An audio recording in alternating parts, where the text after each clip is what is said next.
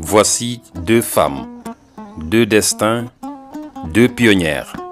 Dans le Sénégal des années 60 et 70, elles ont bravé les conventions, cassé les codes et ouvert les portes du pouvoir à toutes les femmes qui viendraient après elles.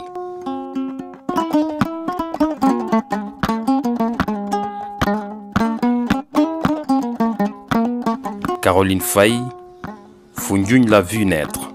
L'Assemblée nationale l'a consacrée. En 1963, elle devient la première femme députée du Sénégal.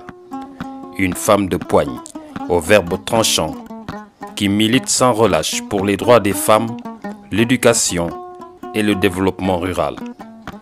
Elle ne se contente pas d'un siège.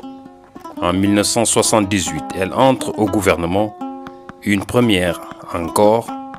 Elle est la première femme ministre du Sénégal. Son combat, que la femme sénégalaise soit actrice et non spectatrice de son destin.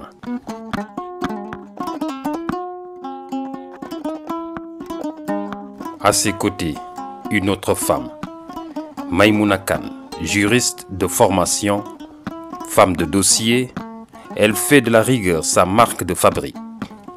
Ministre chargée de la condition féminine, elle œuvre sans bruit, mais avec efficacité. Réforme juridique, avancée sociale, structuration des droits des femmes dans les politiques publiques. Son action est discrète, mais décisive. En 2008, le Sénégal doute. Les institutions chancellent. Les citoyens s'interrogent. Le peuple réclame une refondation. Alors naissent les Assises nationales. Parmi les personnalités présentes, une femme attire le respect par sa seule présence. Maïmouna Kane, magistrate, ministre de la République, figure de probité. Dans les commissions, elle travaille sans relâche. Les thèmes abordés, justice, gouvernance, éducation, rôle des femmes. À chaque sujet, elle apporte la rigueur d'une magistrate et la sagesse d'une femme d'État.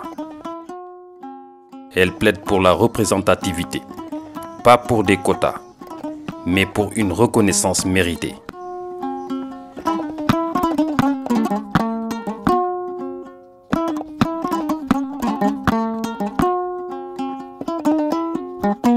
L'une incarne la ferveur militante, l'autre la stratégie institutionnelle.